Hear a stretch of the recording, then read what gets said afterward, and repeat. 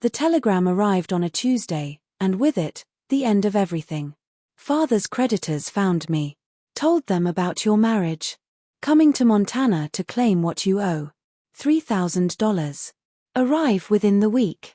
Thomas. Eleanor's hands shook. $3,000 a fortune. Money she didn't have. Debts that weren't even hers. And Daniel, her husband of barely 6 weeks, still didn't know the truth about why she'd really fled Boston. Eleanor. His voice came from the doorway. What's wrong? She looked up at the man she'd married as a stranger, the man she was just beginning to love, and realized she was about to lose everything. But to understand how she got here, we need to go back to the beginning. 6 weeks earlier. Be gentle with me, Eleanor pleaded. This is my first time doing anything like this. Daniel Brennan leaned back, arms crossed. Too late for that now, Miss Harper. You signed the agreement. You took my money for the train ticket. There's no going back. The mail-order bride contract sat between them. In 2 hours, Eleanor would be this stranger's wife. Daniel was tall, broad-shouldered, with dark hair and eyes like flint. His entire presence commanded obedience. I'm not looking for romance, Daniel said flatly. I need someone to run my household and care for my daughter Lily. In return, you get a roof over your head and the protection of my name. Nothing more. And your daughter? Eleanor asked quietly. How does she feel about this? Pain flickered across his face. Lily hasn't spoken since her mother died 4 years ago. She just stopped talking. Eleanor's heart clenched. A 9-year-old girl, motherless and silent. I'm not a housekeeper, Eleanor said, lifting her chin. I'm going to be your wife. And I don't quit easily. Something like approval flickered in his eyes. We'll see. Before you find out what happens on Eleanor's first night at the isolated ranch, drop a comment and hit subscribe so you don't miss what happens next. The wedding was brief. When they reached the ranch, Lily waited in the kitchen, a slight girl with dark braids and careful, blank eyes. Lily, this is Eleanor. Mrs. Brennan now. Hello, Lily, Eleanor said softly. I'd like to help with supper if you'll show me where things are. Lily's eyes flickered with interest. She set down her knife and gestured toward the pantry. Over the next hour, Lily showed Eleanor everything through gestures and nods. They made supper together in comfortable silence. When Daniel came in, he stopped in the doorway. Smells good. Lily's an excellent cook. She's been teaching me. Lily's cheeks pinked. For just a moment, a ghost of a smile crossed her face. Daniel's eyes met Eleanor's, and something passed between them. Understanding, perhaps. Or the beginning of it. That night, Daniel showed Eleanor to a small room off the kitchen. The housekeeper's room. I thought you'd prefer your own space. Relief flooded through her. Thank you. That's very considerate. This is a business arrangement, like I said. But his eyes lingered on her face. We'll figure out the rest as we go. The first month was brutal. Eleanor woke before dawn, worked until dark. Her hands blistered and cracked from unfamiliar labor. But Daniel noticed. When her hands bled, he brought gloves. When she struggled with water buckets, he rigged a pulley system. When she mentioned missing books, a package arrived, novels and poetry. He never said anything. Just left the gifts and walked away. Lily slowly softened too. She sat closer during meals. Brought Eleanor coffee without being asked. Once, Eleanor found wildflowers on her pillow. Thank you, Lily. They're beautiful. Lily's smile was fleeting, but real.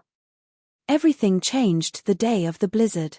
Daniel was out checking pastures when the storm hit. Temperature dropped 20 degrees in an hour. Wind screamed.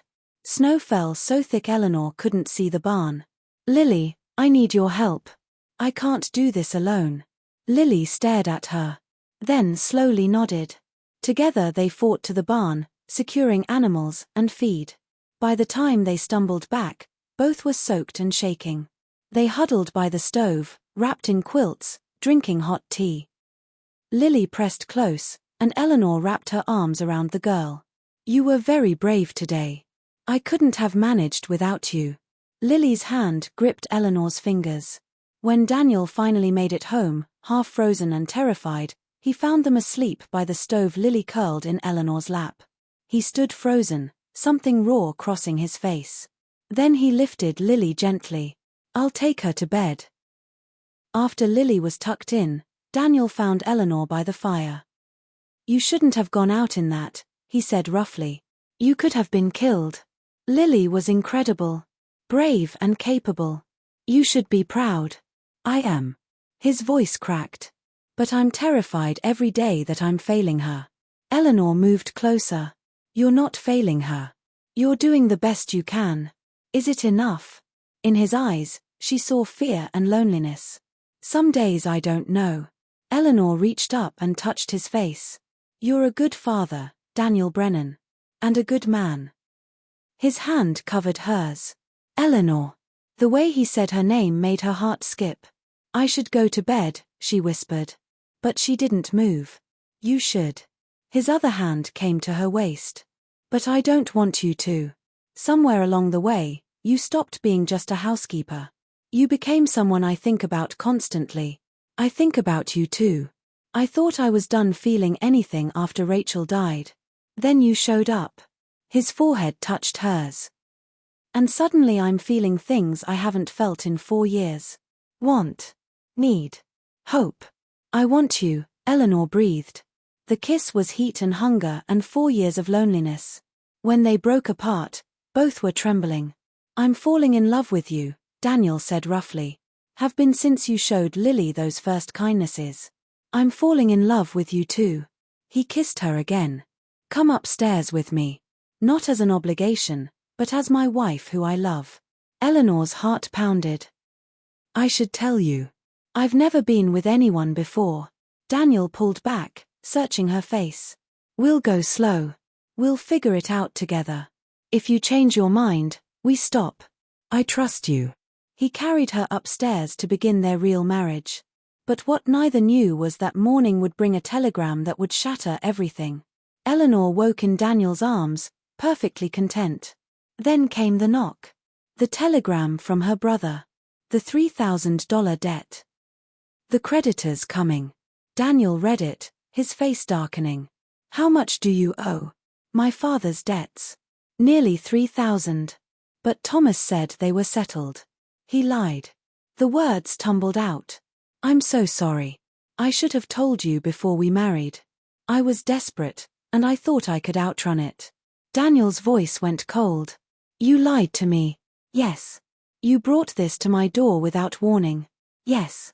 Tears burned her eyes. "I'm sorry." Daniel walked out without another word.